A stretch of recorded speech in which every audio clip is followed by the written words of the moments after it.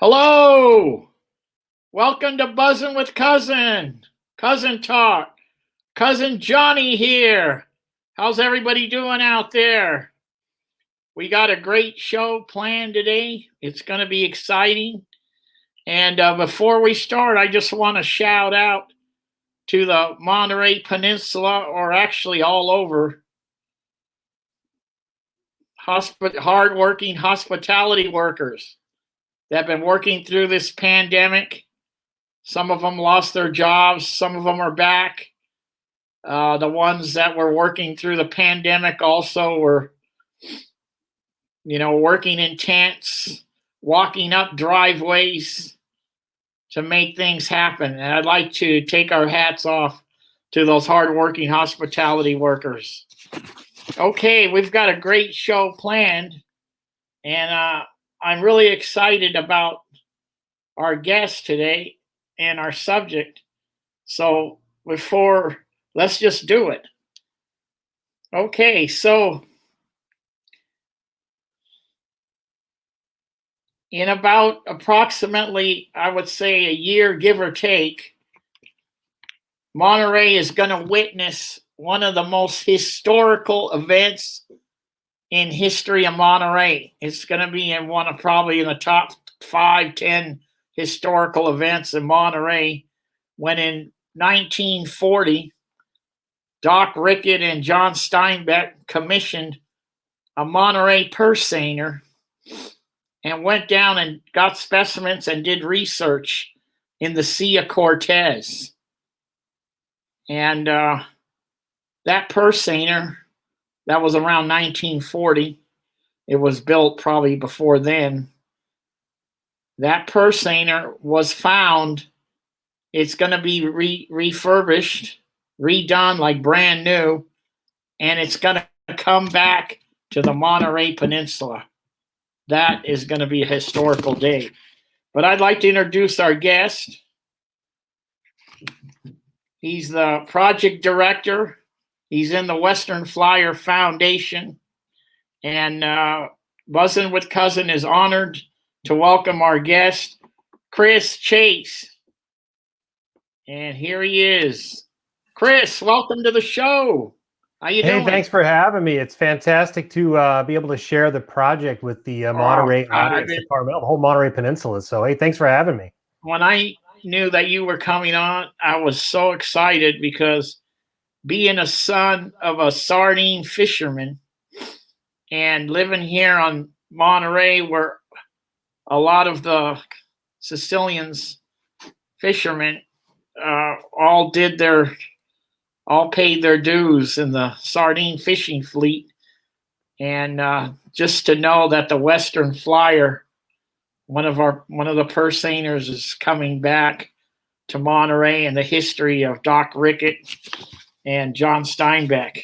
So I'm so happy, and I thank you for what you're doing, and you're preserving the Monterey history. So thank you so much for doing that. So Chris, yeah, thanks a lot. So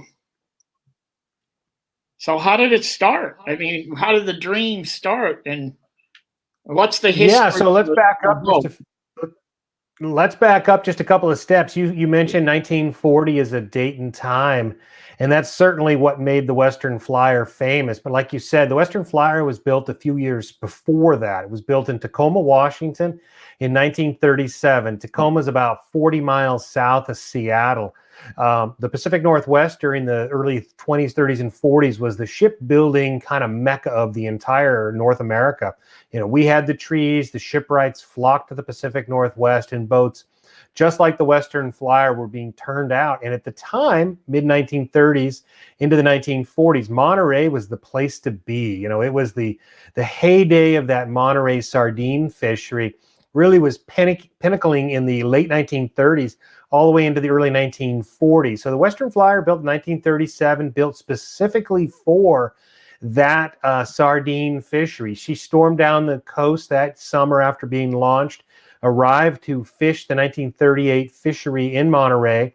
She had 3 sisters that joined her down the coast in Monterey. And many of your viewers have seen the old black and whites of Monterey Bay, just littered with sardine boats. They built them very kind of standard size, a lot of 77, 76 foot, and a lot of mid 80 foot, 86, 87 foot boats.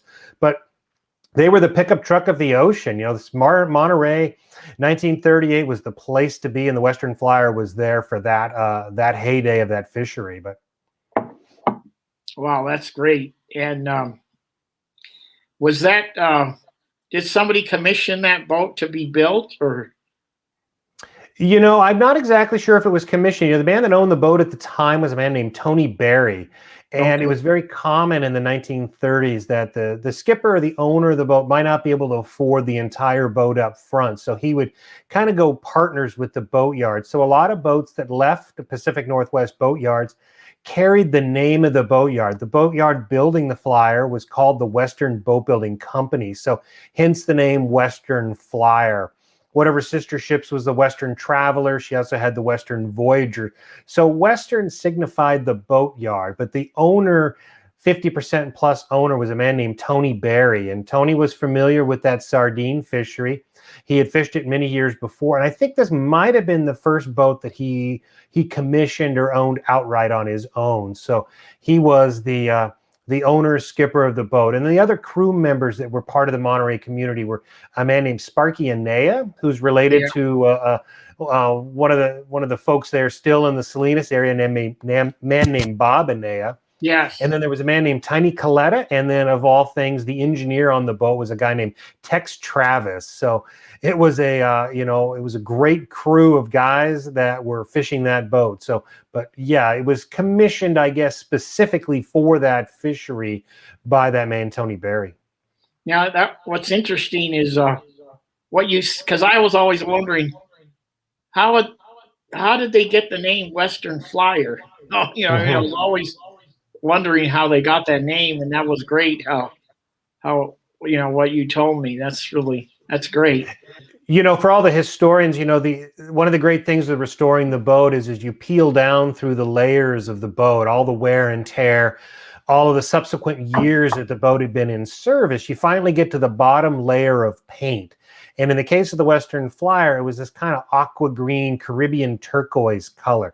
And it was very common that the boatyard that built the boat, not only would the name of the boatyard accompany the boat to the grounds, but the boatyard would have a proprietary color that they would paint all of kind of their accents. It was a black and white boat, but it also had this turquoise stripe that ran down the side of it. So you could look out across Monterey Bay in 1938 and you could see all of the boats that were built by that boat company, kind of the calling card. So you could say, God, that's a good looking boat. Oh, that's a Western Boat Building Company boat. And you might want to buy that. So it was one of the great discoveries was finding that bottom layer of the paint. I often tell people in the marine industry, the very first layer of paint really ever hangs on for dear life. All those years and years of paint on top of it, those are the ones that flake off over time. So we discovered that turquoise at the bottom of the barrel.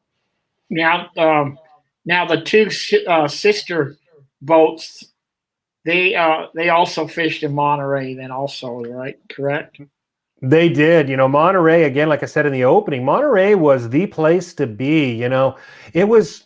Monterey played a lot of roles in history of the fishing industry. It was probably one of the first places on the Pacific coast, not the East Coast, but the Pacific coast of North America, that saw that boom and collapse of a fishery, that where humans had come into a fishery, they had perfected the means of catching those fish and were able to disturb that ecosystem permanently. So again, in 1937, 1938, 1939, if you go back through the catch records of the Monterey fishery, which are well recorded, those were really the boom years. And you see very quickly after that, by the 1940s and by 1945 even, 5 years later, that fishery had literally evaporated. The canneries we know on Cannery Row, by the late 1940s, they were actually railroad carring the sardines from further south into Los Angeles, San Pedro, and up north into the Golden Gate area. They were bringing them to the canneries. So that fishery, many of your audience will know, it was a very short-lived, boom and bust fishery. Yeah. So it played a lot of it paved the way for a lot of similar fates to other fisheries up and down the West Coast, but it was probably the first and maybe one of the most famous. So yes, both of her sister ships, actually all four of them, so there were four built that winter, all three of them plus the Western Flyer, traveled to Monterey to participate in that fishery.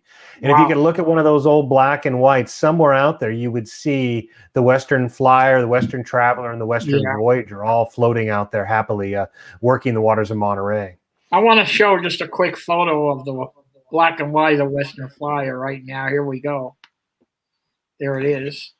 Yeah, that's a great photograph for folks to look at. That's actually 1937 in Commencement Bay, right in front of the boatyard that built the boat. That was probably taken during the sea trials. You know, when they build a boat, they want to make sure everything works right. So that is it's amazing. There are so many very high quality black and whites from those early days. There's actually a few photos floating around the internet that are actually her launching, her being built, the keel being laid. So that's a great image to share. Yeah, folks can Google that and find that image around the world. I can see the guys up top proudly, and that is really great. Yeah, and that crow's nest, this is a good image to kind of hold on. You know, it was a daylight fishery for the most part. And the way a purse seiner works is they would deploy the net off the stern of the boat, and they would encircle a school of fish using one of those two skiffs that you see stacked on the back of the boat. They would encircle that, and then why they call it a purse seiner is it would have basically drawstrings like on a purse, and those drawstrings would be drawn tight around the school of fish, and then brought up on deck and then dumped down into the fish hold. But they use that crow's nest at the very top of the mast to actually spot the school of fish. They could be up there in the early morning, and they would look out across, and they would see that disturbance, that nervous water on the surface of the ocean, and the boat would head off in that direction. As times got better, they actually started using spotter planes, and guys would buy into a particular spotter, you know, and he would radio down and say, there's a school 4 miles to the north, and they'd all steam to the school of fish. But back in the day of the Western Flyer, they would actually stand up in that crow's nest and spot the fish. Now, Chris, I noticed that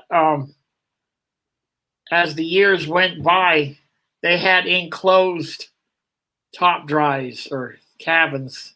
They started enclosing them. Is that right? Or right? There were, you know, as we get into the story of the Western Flyer here, you're spot on. As they went into history, you can see the guys standing out there in the weather. As we go into the 1960s, into the 1970s, the shipyards would start to enclose that space. And often on some of the bigger boats, the 87 and 90 footers, it was actually enclosed in the 1930s. But in the day of the Western Flyer in the 30s, it was an open air experience. You got to stand out there in the weather, and, you know, the rain, the sun, the hot, the cold, whatever it was, you got to experience the elements full facial there, right as they came at you.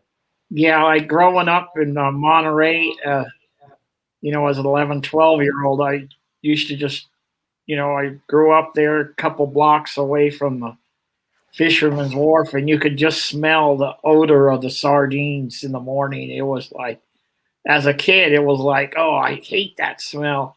But let me tell you something, I'd give anything to have that smell right back. It's beautiful. Yeah, it's a distinctive, the working cannery, you know, as many of your viewers know, you go down to Cannery Row now, and that it's, you know, that the essence of Cannery Row is really not there anymore. It's you know, it's tourists and t-shirts and candy. The buildings are still there, but, you know, I've traveled to Alaska quite a lot in my working career as a shipwright. And, you know, those canneries in Alaska are still vibrant. They're not sardines. They might be herring or obviously salmon. Yeah. But there is a smell. There's a sound. There's a 24-hour-a-day clank of the cannery. I think Steinbeck writes about that eloquently in Cannery Row. You know, they never slept. You know, that was a 24-hour-a-day business. And it is still in Alaska. So, and then you could hear the bell sound. Where the Monterey Bay Aquarium is now, that was the Hovden Cannery. And I remember as a young boy, you know, just riding bikes, and I'd see my grandmother with the bandana on working the line. It was really they were working the line, and we used to just walk in, and she'd stop, give me a hug, and then go back to work. It's just like now you wouldn't even be able to step foot in there. Get out, Yeah. liability. You know what I mean? Liability, of Yeah. course. But so the Western Flyer, just to keep with the story of the Western Flyer, she was built specifically to be part of the Monterey fishery. It participated all the way until the 1940s, but it went on with its life. It did have this very unique brush with a man named John Steinbeck, which I'll talk about in a second. But as a boat, the Western Flyer goes on with its life. It leaves Monterey by the mid 1940s. It heads back to the Washington coast, where it participates in a couple of fisheries off the Washington coast. And it continues to head through the 1950s and into the 1960s, all the way out to the end of the Aleutian Islands, that long chain of islands that stick off kind of the toe of Alaska out towards Russia. And out there, it participated in the king crab fishery. This was a new fishery in the 1960s. It was a up-and-coming fishery, and the Western Flyer was Johnny on the spot to be part of that fishery. Participated in that fishery all during the 1960s. By the 1970s, the Western Flyer is still working hard. At this point, it's working as a salmon tender. Smaller boats would catch the fish, and those fish would be transferred onto the Western Flyer, where they could be transported back to one of those canneries we were talking about, and then be processed into fillets or canned fish or whatever was going to happen. So the Western Flyer, beyond Monterey in the 1940s, late 1930s, had quite a long life, all the way up until the 1980s, when there wasn't quite a place for the Western Flyer to be productive. She was a little too short for some fisheries and a little too long for some other fisheries. So that's where she kind of languished next tide to the dock and kind of wasn't able to find a true place to be. But it did work as a fish boat almost all of its 80 years floating in the ocean. There was only a few years at the very end of her floating life, and she'll go back to floating, I'll tell you here in a second, but Yeah. where she didn't work as a commercial fishing boat. So millions and millions of pounds of fish of different species, rock cod, sardines, herring, salmon, crab, have been brought across the decks of the Western Flyer. So not only did her brush with fame and John Steinbeck kind of seal her place in history, but she did play quite a prominent role in the Pacific Coast fisheries from central Southern California all the way out to the Aleutian Islands. Wow, what a story. That's a great story. Now, Chris, so how did this dream happen? How did someone say, I just want to go look for the Western Flyer? Or how did it happen?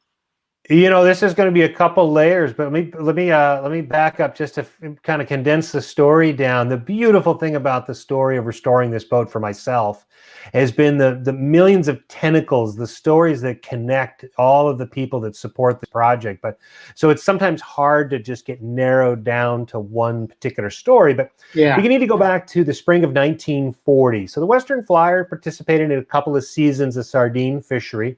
That fishery ends in the spring each year, or it was, and when it was fishing back in those days. That fishery would end in the spring, and the boats would all tie to the dock. They would go north, go south. They'd go back to their home waters. And there was this man named John Steinbeck. I'm sure some of your viewers have heard of this guy named John Steinbeck. He wrote a little book called The Grapes of Wrath. Yeah. Anyway, he had just written The Grapes of Wrath, and he had just sold that to Hollywood for some movie rights, and he had a little bit of coin in his pocket. And his best friend was a man named Ed Ricketts. And Ed Ricketts was a kind of a marine biologist, a jack of all trades, but he had a place down there on Cannery Row called the Pacific Biological Laboratory. And he was very into identifying, cataloging, mapping the intertidal of the Central California coast. And he had always wanted to get down to the Sea of Cortez and really do kind of a proper scientific study of that body of water from mainland Mexico to the Baja Peninsula. So in the spring of 1940, the two men started walking the docks. And for a long first few visits, first few asks, they got told, no, I don't want to lease you your boat. Where do you want to go? I don't do those kinds of things. After quite a few rejections, they stumbled across Tony Berry and the Western Flyer. Tony said, I've got some time on my hand. I can make a couple of extra bucks. Let's go.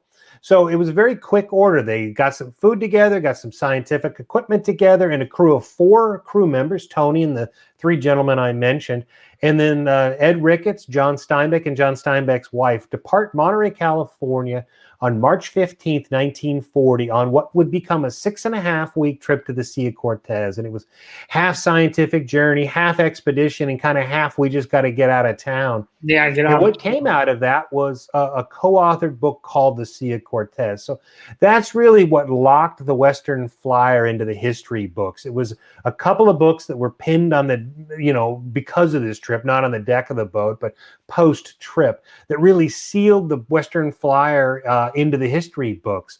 But again, the Flyer goes on with the rest of its life. And the books have influenced so many people's lives. And your question was, what started the spark to restore this boat and bring it back to Monterey? And it was the book, The Sea of Cortez. It was a man who read that book as a young boy, and it influenced him as a young boy. And he'd gone all the way through his life until he was into his late 50s. And he had made some money, had a little bit of pocket, some money in his pocket. Yeah. And someone had told him that the Western Flyer was, sitting in this town called Port Townsend, Washington, which is a little west of Seattle, sitting on dry land, and it kind of was a fate unknown. What would happen to this boat sitting on dry land?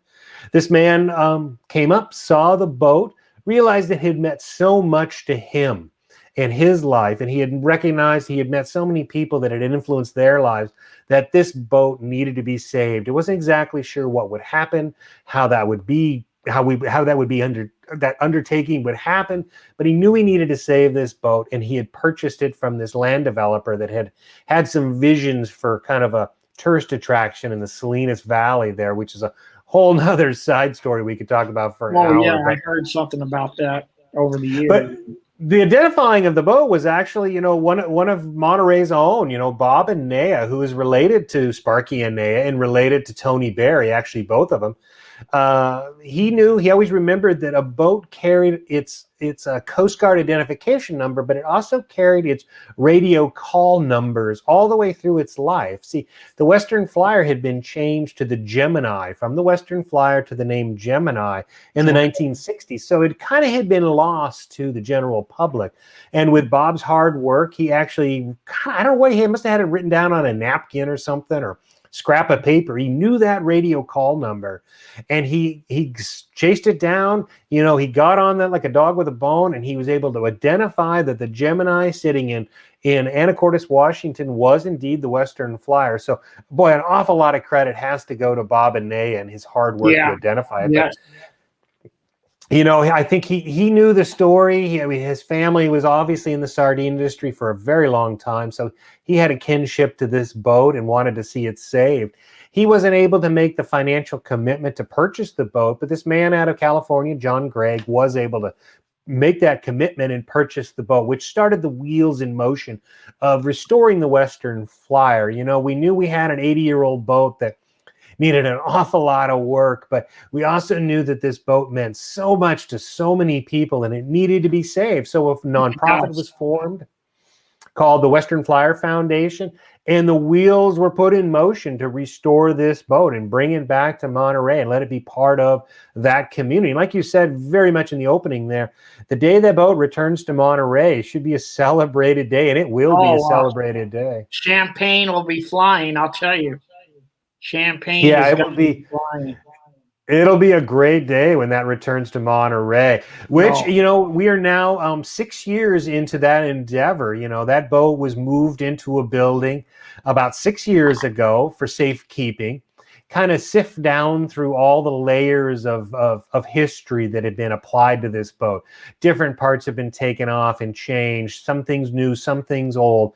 Get to the bottom, this is 1940, what we have left on our hands, and now what can be saved and what needs to be restored. So over that last 5 years, a full restoration, top to bottom, every piece of wood has been poked, prodded, and replaced if needed, and kept if possible. So I cannot say that enough, a full restoration of this boat is being done.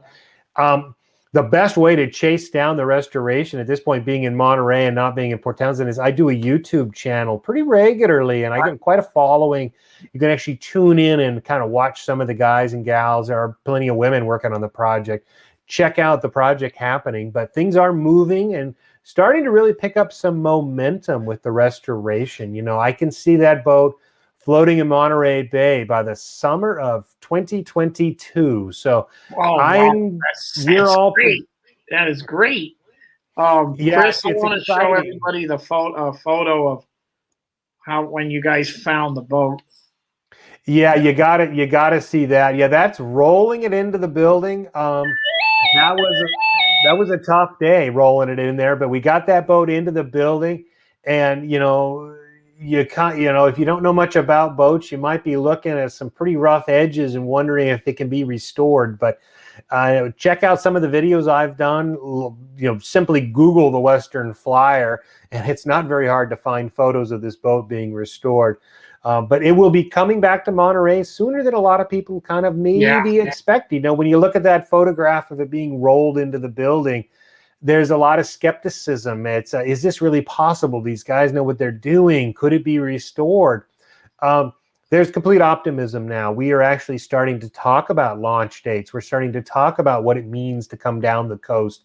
I think you asked in the beginning, will it be towed down, barged down? Right. It'll come down on its own keel, as a fisherman would say. Wow. It'll motor its way down the coast. It'll arrive into Monterey Bay, and it'll be out there. And I certainly hope we can have quite a celebration and kind of. Oh yeah, that is definitely going to be a celebration. There was a famous thing, and maybe you can speak to it a little bit, but at the end of every sardine season, there was the celebration of the Sardine Day. I think they would have a big festival on the dock, and people would, it was basically a big 1940s picnic on the dock kind of thing. And I would love it if we could kind of invite the entire, that sardine fishery. There's plenty of men and women in that community that have participated. Family, legacies, generations have been part of something that meant so much to Monterey. I think it would be wonderful if we could kind of recreate that, Day of the Sardine Festival. Bring the Western Flyer back. Be down on the dock. Let some of those older families, some of those generational fishing families, come down and be part of something. Tell the stories. Rekindle some of that made Monterey not just a t-shirt shop and a candy shop, but something that was truly part of history. I think, when people walk Cannery Row, they don't quite understand the importance of those buildings they walk by. Maybe they know, maybe they feel, maybe they read the book Cannery Row. But anyway, that's my vision. Maybe it's a romantic vision, but I'd like to see the community embrace the return of the Western Flyer. No, it's a beautiful vision. It's great. And if you need anybody to do leg work, you got a friend here in Monterey, you give me a call or email me, and I'll contact whoever to make this thing happen. Chris, I'm curious, when the foundation approached the owners of the Gemini, did they have any clue who the Western Flyer was? Or they go, why do these guys want this boat? What was that?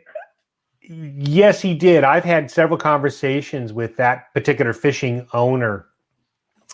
And, there's a side of this story that a lot of people enjoy hearing, and it's the boat is sunk 3.5 times in its life. And we can talk about the half time, but the 3 times are pretty significant. It hit a rock in Ketchikan, Alaska in 1971.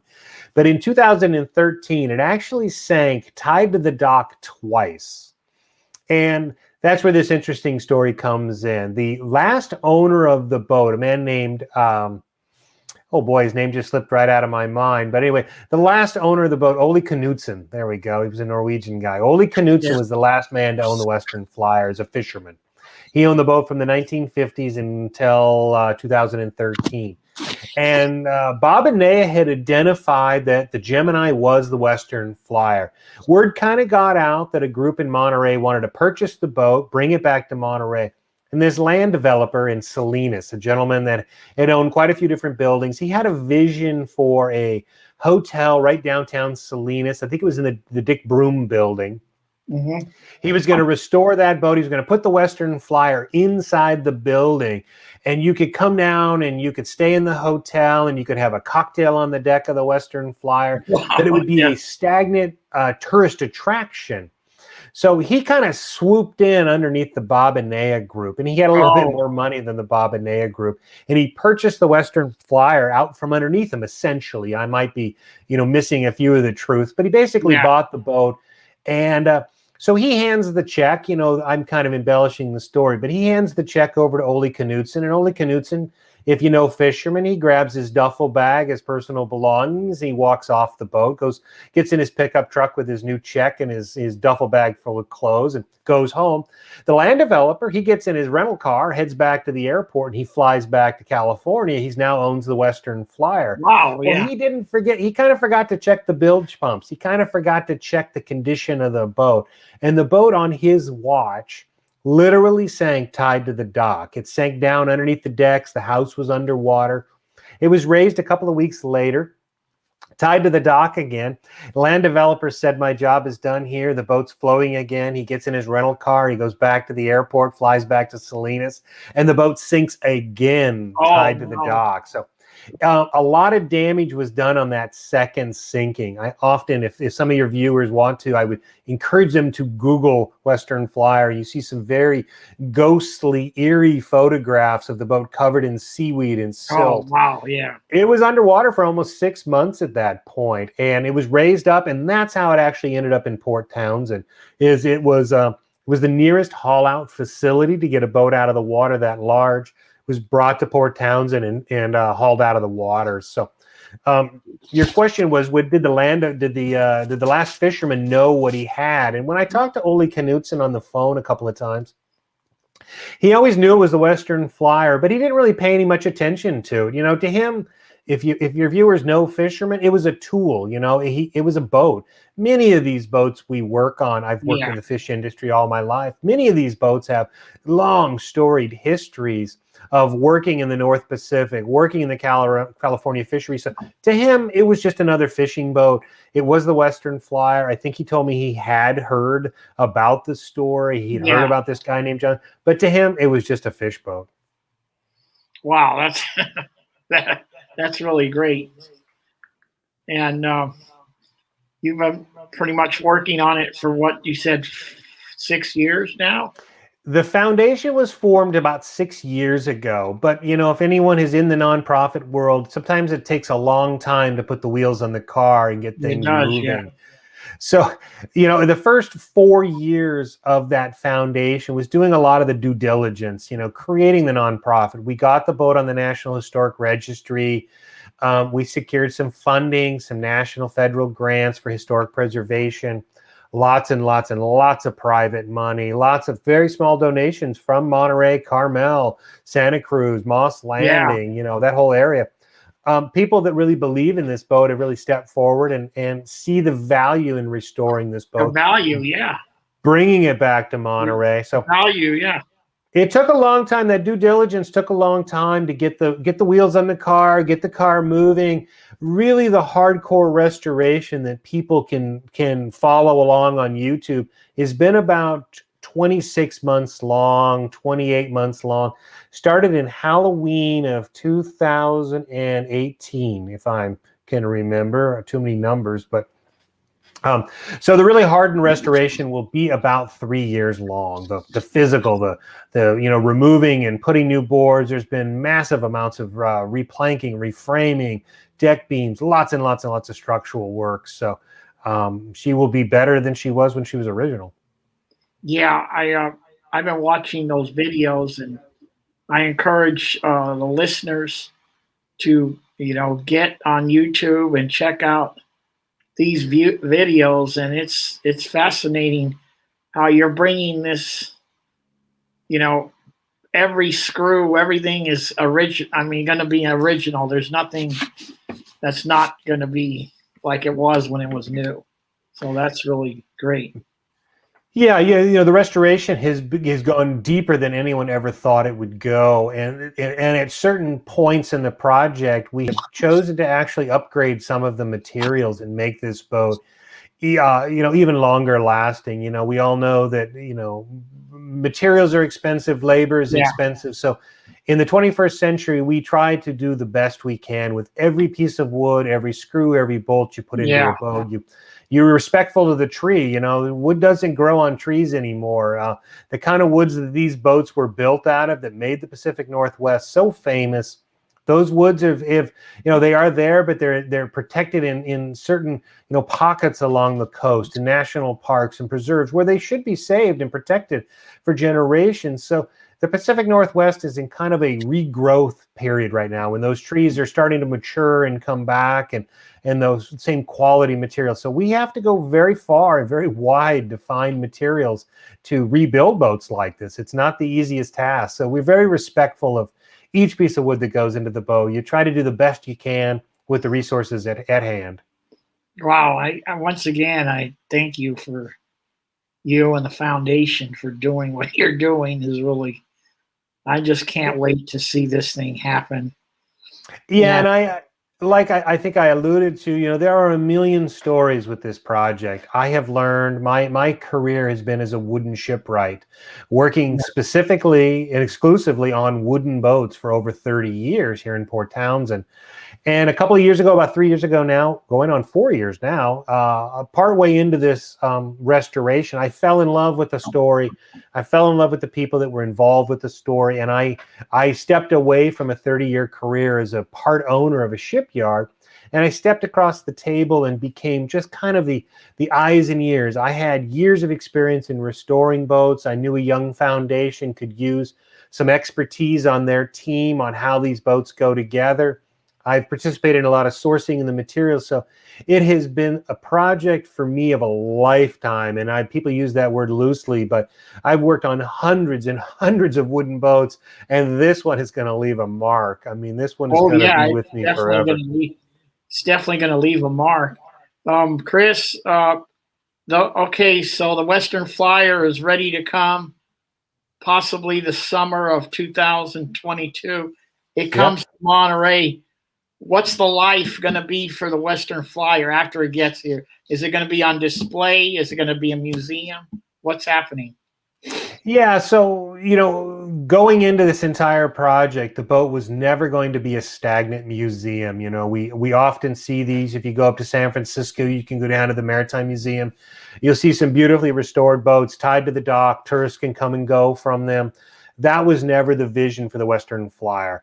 And the other side of that is, we've always saw this education and research element of this boat, a working boat going out into the water, you know, being used hard again, just like it was as a sardine boat. But as opposed to catching fish, we're actually looking at that ecosystem, kind of standing on the shoulders of what Ed Ricketts and John Steinbeck did, expanding on what they did. So much more in the research and education platform. So, not like what I call a field trip boat, the kind of boat that brings young people down. They jump on the boat for a day, first exposure to the marine environment. That's never been our intention. We're seeing a boat where it is more of a tool in a toolbox for that young scientist. They might be late in high school, they might be early Yeah, in college. They need the resources that the foundation attracts, the scientists, the UC Santa Cruz, the Hopkins people, Stanford, up and down the West Coast.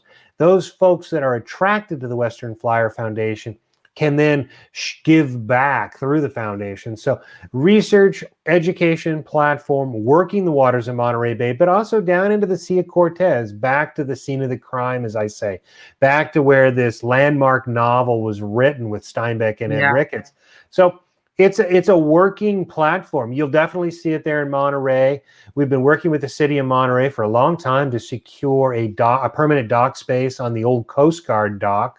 I think yeah. that is a little slow to come to fruition, but we will definitely be down in the basin. People will be able to come down, see the boat, step aboard the boat, see what a sardine boat looked like in 1937. But then at the same time, you might see the stern of that boat rounding the point, headed south down to the Channel Islands to do a deep water study of something going on out in that area, or Oh down yeah, into the so it's going to canyon, be or a working boat, working. a Yeah. working boat, and yeah. Yeah, That- the key word there is working. It will not be a stagnant thing. I yeah, mean, it's not just going to tie and rot to the dock. It'll have to be out of the water. Things will have to be fixed. Things will be broke. I mean, it'll be a working boat yeah, again, which I think there's some magic in this. yeah. Continuing along with what Ed Ricketts and Steinbeck did. I mean, I encourage all of your viewers, and I wish I could encourage everybody out there in the world to read the log from the Sea of Cortez, the book that was The really the log, yeah, pivotal landmark book from this story. yeah. It's a deep thinking book. It's a phenomenal read. But hopefully we can build on what they went to. You know, the beauty of what happened in 1940 with those two gentlemen is going to the Sea of Cortez. They looked closely at a ecosystem before humans really started to influence that ecosystem. Yeah. The Colorado River had been freshly dammed at the Hoover Dam, so it was no longer free flowing all the way to the Sea of Cortez. There were a lot of American, Japanese, and Russian shrimp boats in the Sea of Cortez, but they were able to see an ecosystem really before it was in peril. And now we can all go back 80, 85, 90 years later and take another snapshot. So there is some incredible hard science that was created off the deck. And we want to build on that. We want to build on true hard science and not just, getting people that first experience on the water. Working is the key word here, a working boat. Sounds like you're going to be coming to Monterey quite a bit when this thing, when it gets here. We'll, Yeah. I tell people, as we come to the end of this discussion, which really, again, I really enjoyed, as we come to the end of this discussion, the Western Flyer may be 800 miles north of Monterey, California right now. It's in a small town called Port Townsend, Washington. There's a disconnect from the city of Monterey, the Monterey Peninsula, maybe. Maybe people who are viewing have read about it in the newspaper, seen a clip on maybe the Monterey Herald.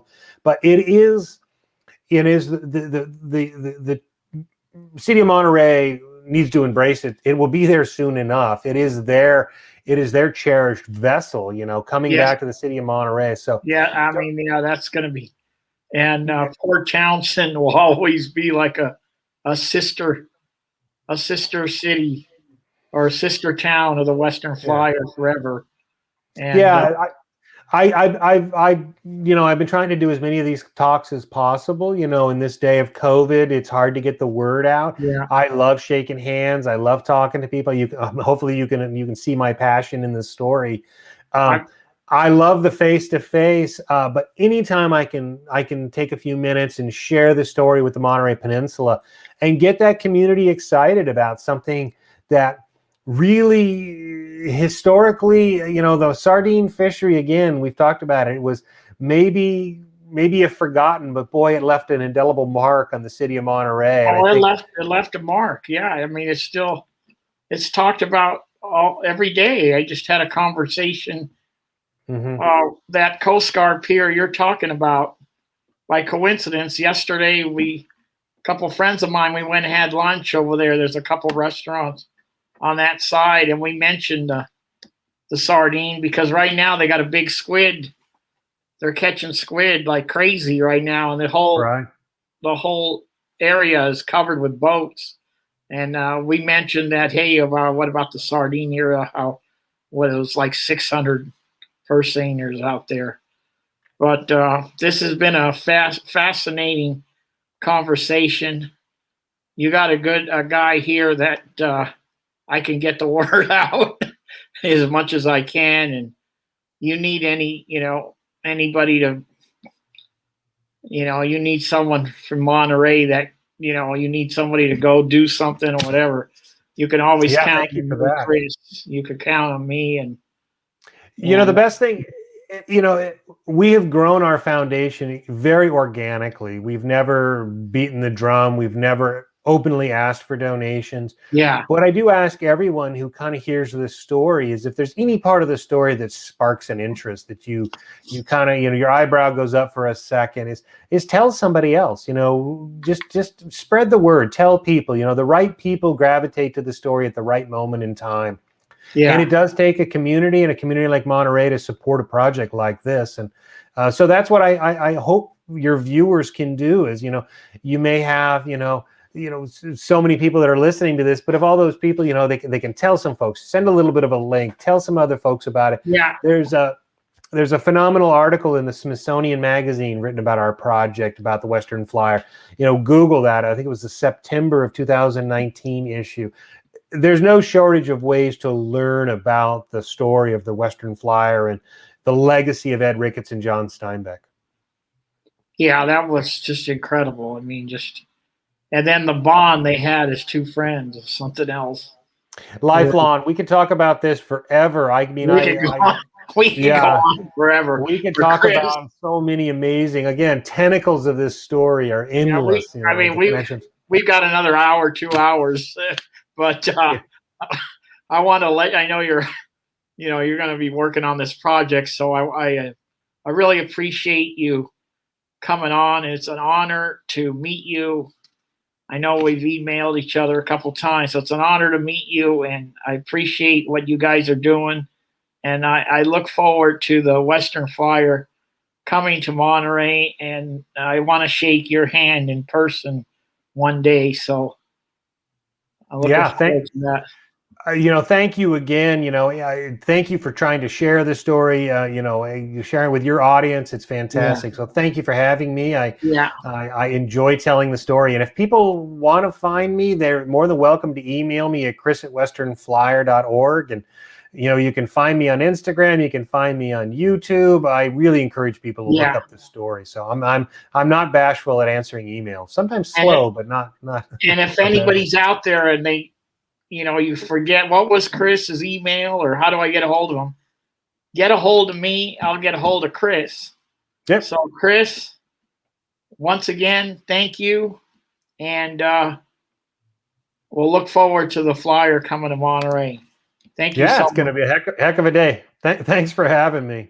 Okay, Chris. Thank you. Bye. Bye-bye. Wow. What a fascinating... That was fascinating. The Western Flyer is coming back to Monterey. Let's get the word out. Let's spread the word. Anybody that wants to know more, on YouTube, the Western Flyer's got a channel. Chris Chase, the project manager, he's, you can email him. You can get a hold of me. I'll get a hold to him. You want to donate, let me know if you want to donate to that foundation. But this is going to be historical. So I'd like to thank Chris Chase and the Western Flyer Foundation for keeping our history alive, and all the fishermen, all the families of the fishermen, of the old timers that were in that sardine era. We're going to keep the memories going. So, and then thanks everybody for tuning in today. And we'll keep you posted for the next show. And everybody stay safe. Take care of your hard-working hospitality worker. And we will see you next time. Thank you. Bye.